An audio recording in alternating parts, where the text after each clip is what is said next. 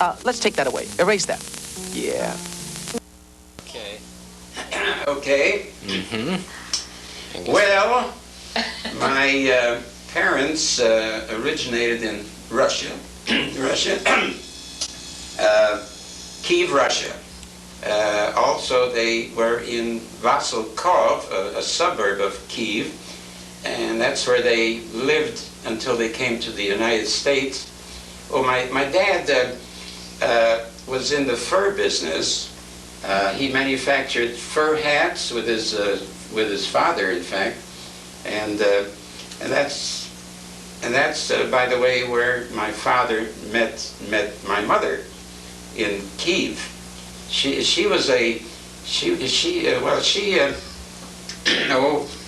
had a bad marriage, and she divorced the man after a year, and then somehow my dad was attracted to her when she shopped at the supermarket in Vasilkov, Kiev.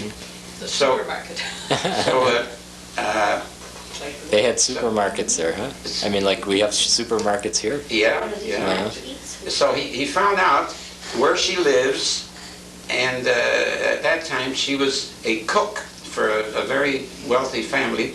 Well, I understand he found out where she lives, and he came to the home, knocked at the door, and he wanted to see her. Well, the woman there, the owner of the home, said she is not interested in any men. Please go away. But he persisted, and he finally got her to step out to a restaurant or whatever.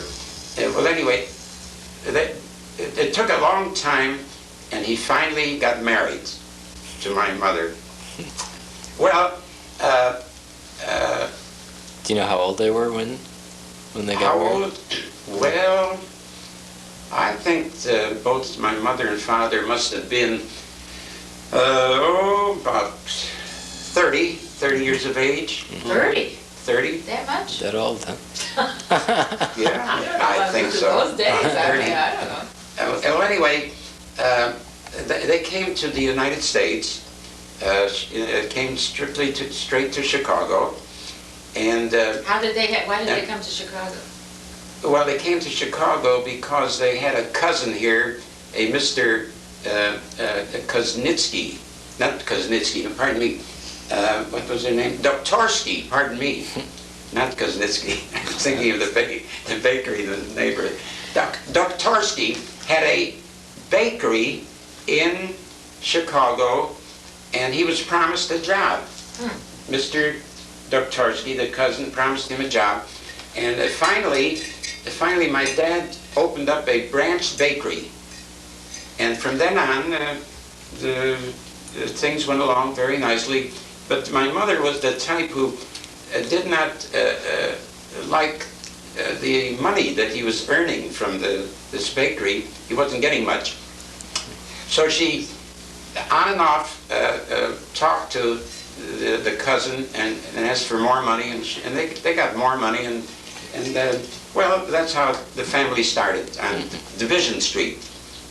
1641 West Division is where they originated from, and that's where all of us, you know, my brother, my two sisters, you know, and myself lived, you know.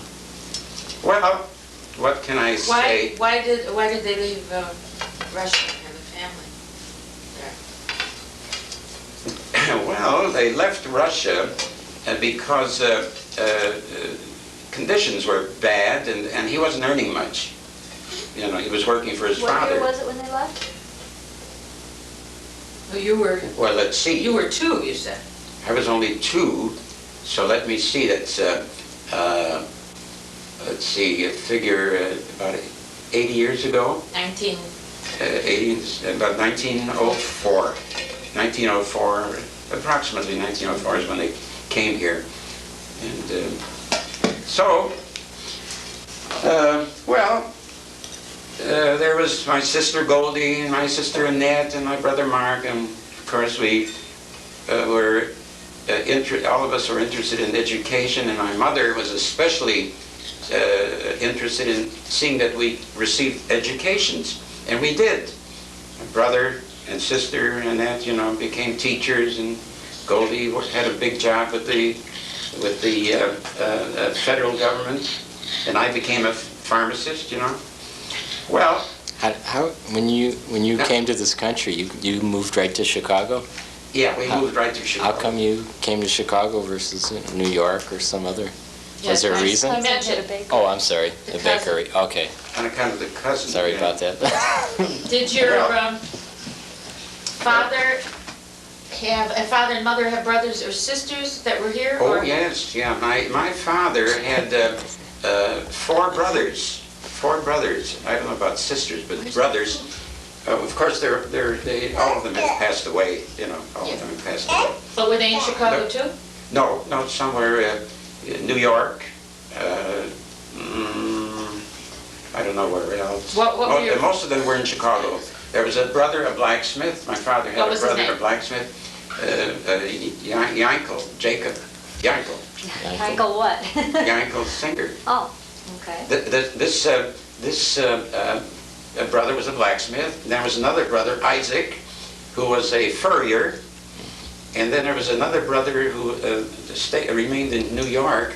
He was in the hardware business and air conditioning business, So altogether, I understand there were 4 or 5 brothers.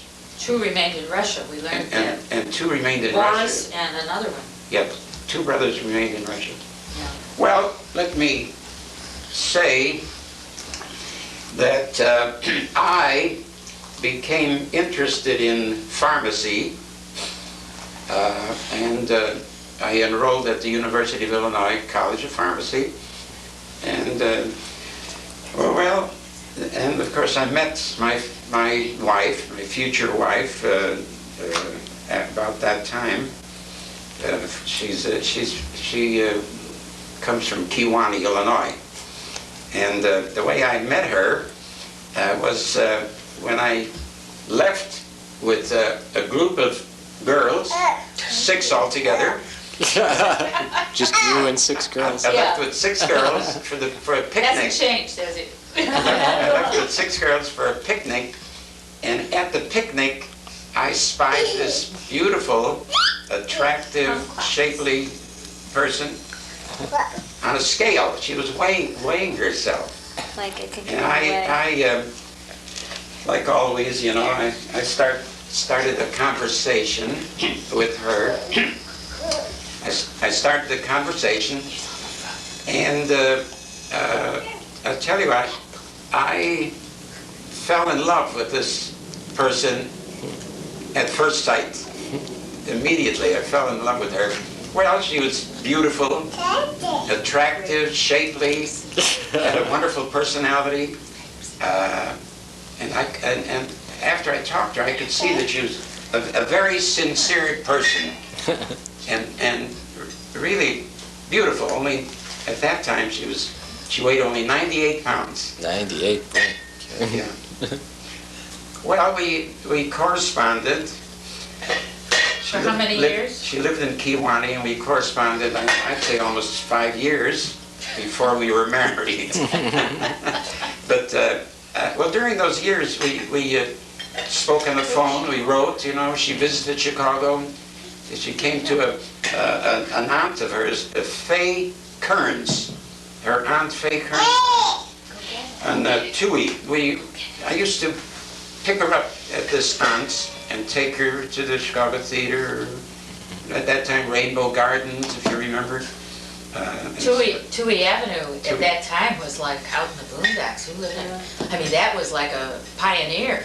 That was like living in Buffalo Grove. And having a house on Tui. Yeah. Well, during those 4 or 5 years that I was with my wife, I was at the college, taking up pharmacy, and I wasn't interested in marriage because uppermost in my mind, I wanted to become a registered pharmacist, and of course, then I had a goal in mind to operate a pharmacy, buy a drugstore, and operate a pharmacy. Well, we were finally engaged and married, and although, well, I don't know whether I should mention this incident or not, but my father and her father and a grandfather set a date for a wedding without my knowledge. They must have liked you. Yes. You passed. You passed the test. So I revolted. I was upset. I said, oh no, I said, I will make my own wedding date. And I stepped out of the room where they were talking about the date. And anyway, my wife Shirley, Shirley's parents noticed my actions. The Goldens. Yeah, the Golden family. They noticed my actions, and they says, "Come, let's go." Come, daughter. Come, daughter. Let's go. There isn't going to be a wedding. We can see that. The young man is really not interested. So they decided to leave. They decided to leave for their hometown, Kewanee. And but I begged my wife, my future wife Shirley, not to go. And she listened to me and stayed with me. And she didn't go. She didn't go to Kewanee with her folks. Her folks left alone. Well, after that, we were married. We were married after that. We had a kosher wedding. And, well, then we found a place to live. A Where was furnished your first apartment. Oh, you had a... You were married in Kewanee? No, we were married in Chicago. Yeah. Then we found, well, one or two places. We didn't like them very well, but we finally found a furnished apartment, a one-bedroom furnished apartment in Palmer Square that we really liked. And we had friends there. In the moving picture business, Berliners, and we were friendly with them. Well, we lived there a year, and then we rented our first bedroom apartment on Whipple Street. That's where I come in. So we lived on Whipple Street. Actually, we lived on Whipple Street, I would say about 30-some years. And during that time, my daughters were born, Lenora and Lois, both beautiful children, wonderful girls. Very attractive. Anyway. It was the first baby on Whipple Street. You forgot to mention that. Yeah. And Lenora was the first baby on Whipple Street.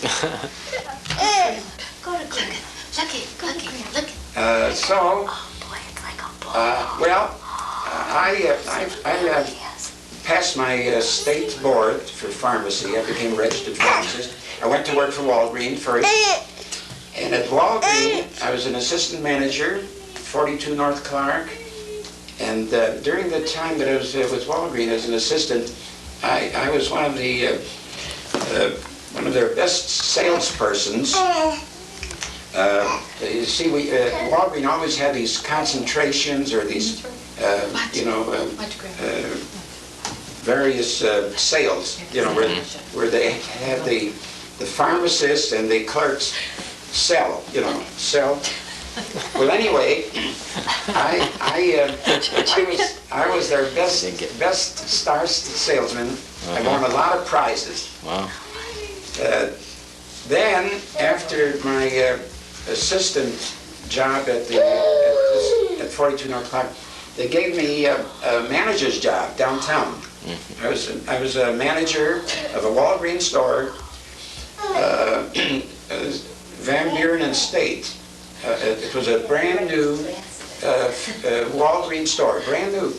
Well, I was there, I'd say about 7 months, 8 months, and somehow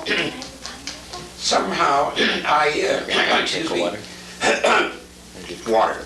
Somehow I overworked. Thank you. Thank you. I overworked. I lost a lot of weight. My wife and my brother told me to ask for another job with Walgreens. So instead of a manager, they gave me an assistant manager job again. I became an assistant manager. Manage fruits and vegetables. And I want to let you know that we have in this home of mine, we have fruit, and it's not eatable. And my little grandson here, great grandson, Michael Ethan, is giving me all of the fruit to eat, and I told him I'm not hungry. Well. So, then later I left Walgreens and went to work for the Argyle Kedzie Pharmacy in Chicago. Okay. And I was the manager of the Argyle Kedzie Pharmacy for 11 years. 11 years. Give me Carmen Miranda pretty soon. Put it on your... Just put it on the couch next to. Is there anybody here who would like to live fruit? Well, wait until we have our lunch. So I worked for this a fellow named Jacob Berman for the Argyle Kedzie Pharmacy, and I thank you. And I was there managing his store 11 years. Well, from there, I decided to go into business for myself. So there was a store for sale a block south, which was a bankrupt. I had no, it was foreclosed. They went bankrupt. So I looked into it with my wife. And, well, for a couple of days, I was extremely nervous about purchasing. Thank you, thank you, thank you,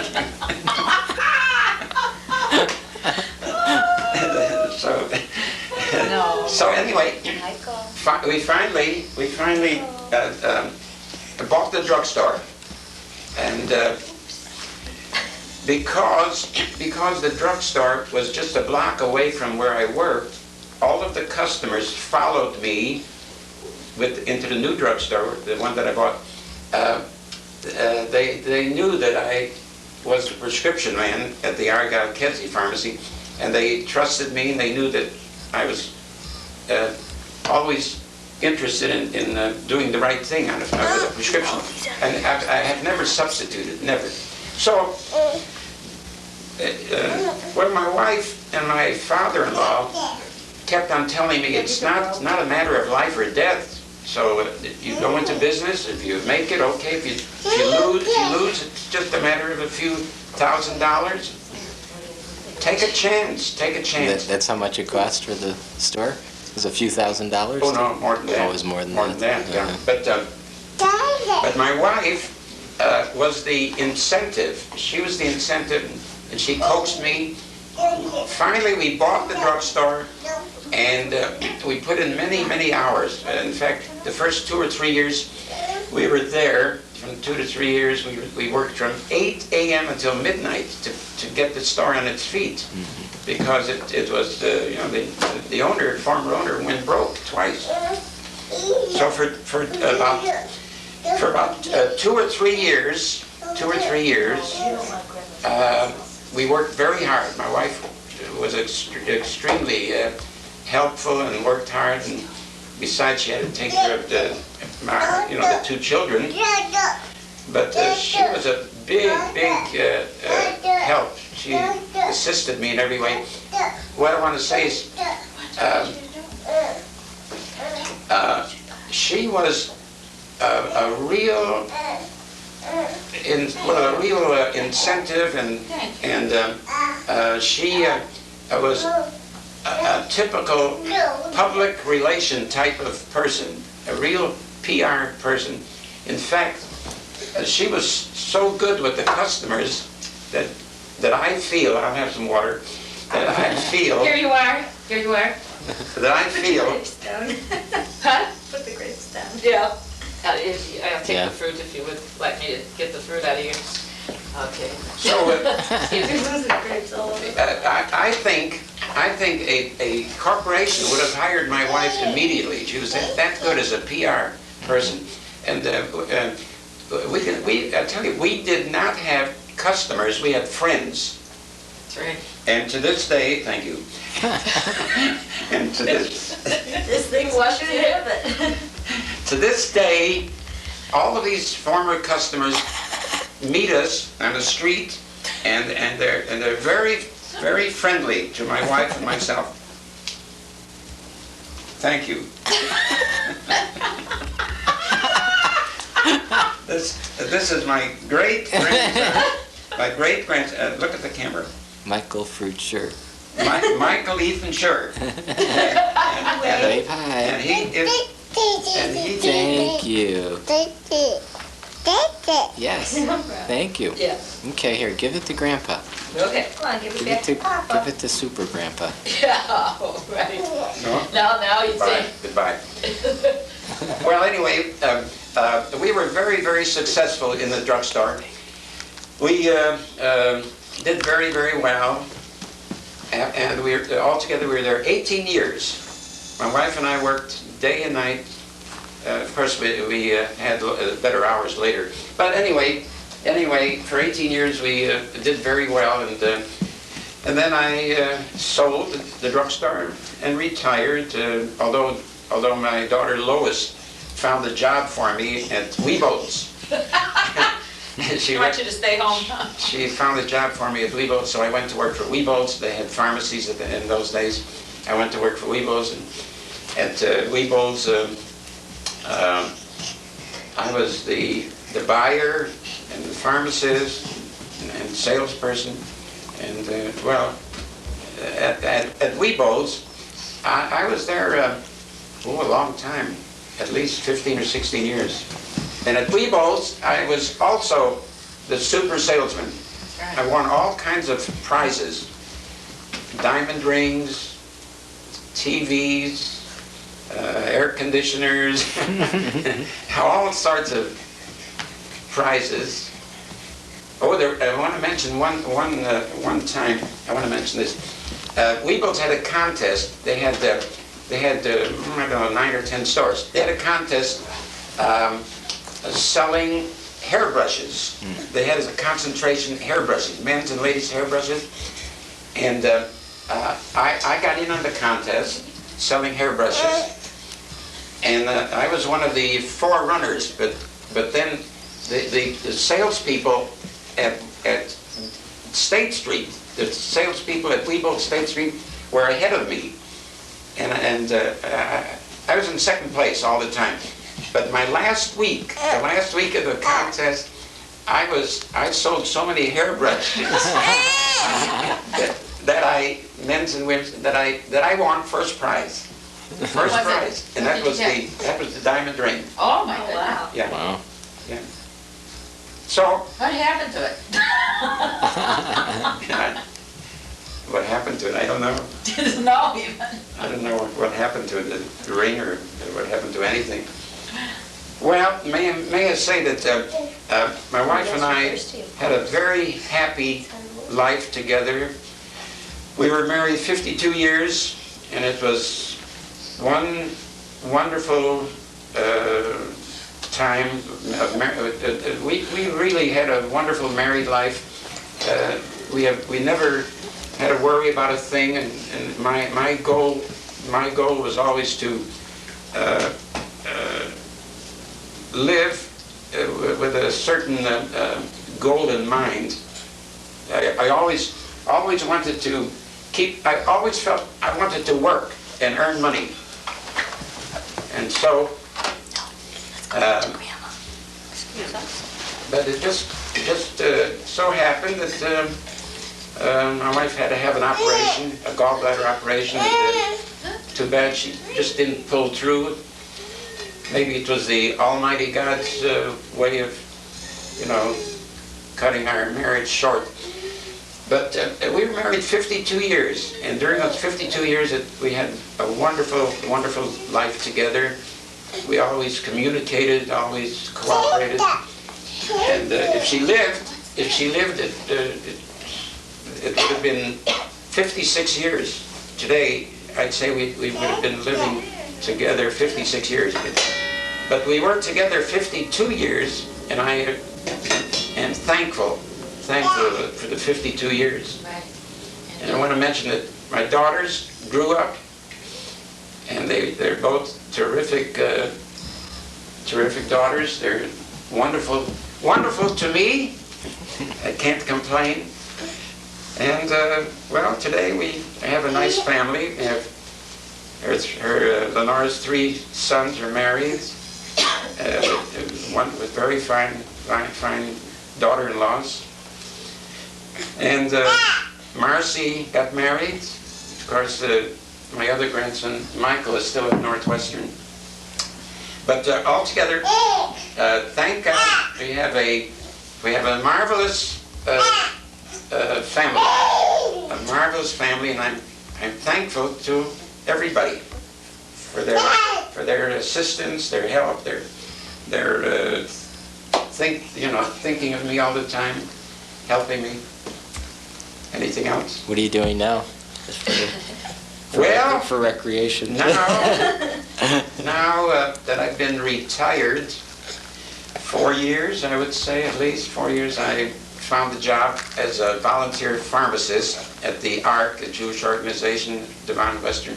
I work for the ARC, fill prescriptions every Friday morning, and I have a part-time job at a theater, Lincoln Village Theater, ticket taker, 3 or 4 part-time days or evenings. And I like to be busy, and I like to be occupied. So I'm thankful that I've reached the ripe old age of 81. Thankful to everybody. Almost 80. Thankful to the What, do you still have one in the there? God who has given me fairly good health. I appreciate everything. Thank you. Any questions? Any questions? Tell them a little bit about No. your father's store and all the things they had there, and the way you worked with Phil. When during your early years when you were living on Division Street, some of the things you did. I can mention that my father and mother operated a store on Division Street. It was a combination store. It was a delicatessen, fruit and vegetable, groceries, everything that a supermarket sells today, but on a smaller scale. Well, anyway, this was on 1641 West Division, and I'll tell you, they worked very, very hard in this store to make a living. And my mother was always interested in seeing that the children were educated. Yeah, you mentioned that, but tell about your how you worked there. You worked with the horse and the. May I mention that my father left for Russia 1 year. He left for Russia 1 year to bring back the relatives, and he brought back 12 relatives. Well, he was gone a year, and during that year, my sister Goldie and myself operated the grocery. We operated the grocery. My sister and I would take we had a horse and wagon, and we would take the horse and wagon to South Water Street, Randolph Street to pick up supplies, groceries, fruit, vegetables, and so on. At one time we brought in about 100 sacks of sugar. There was a chance to make some money on sugar, so my sister Goldie and I bought 100 sacks of sugar, and we did a little cleanup on the sugar that year. And so Cornered the market. we cornered the market. The sugar market. So my sister Goldie and I ran the grocery for about a year, and then my dad came back, and what I want to mention is that all of these people, all of these relatives, never appreciated what my father did for them. They were never appreciative. So, well, after a while, my dad and mother gave up the grocery and lived, in their own little apartment. Well, my dad passed away. He was a very good-hearted man. He passed away doing something for a landlady. What happened, this was on a hot July day, the landlady asked him to burn her rubbish. Well, he burned the rubbish in the yard on this really hot July day, and he fainted. In fact, it was apoplexy and a cerebral hemorrhage from the excessive heat. Well, it was just a shame he passed away 5 days later. And my mother, it seems like both could have lived so much longer. And my mother was taken to a chiropodist at Howard and at Western and Devon, and the elevator was about a foot below level. Yeah. So when she stepped in, she fell flat on her face, and she had a terrific swelling on her forehead. Well, a month later, she passed away. So it's just a shame that they had these accidents. They could have lived so much longer. My mother was one wonderful person. She was the incentive in the family. She every time she would ask for more money. Always ask for more money. From Torsky, always asked for more money, and always was interested in education, pushing education all the time.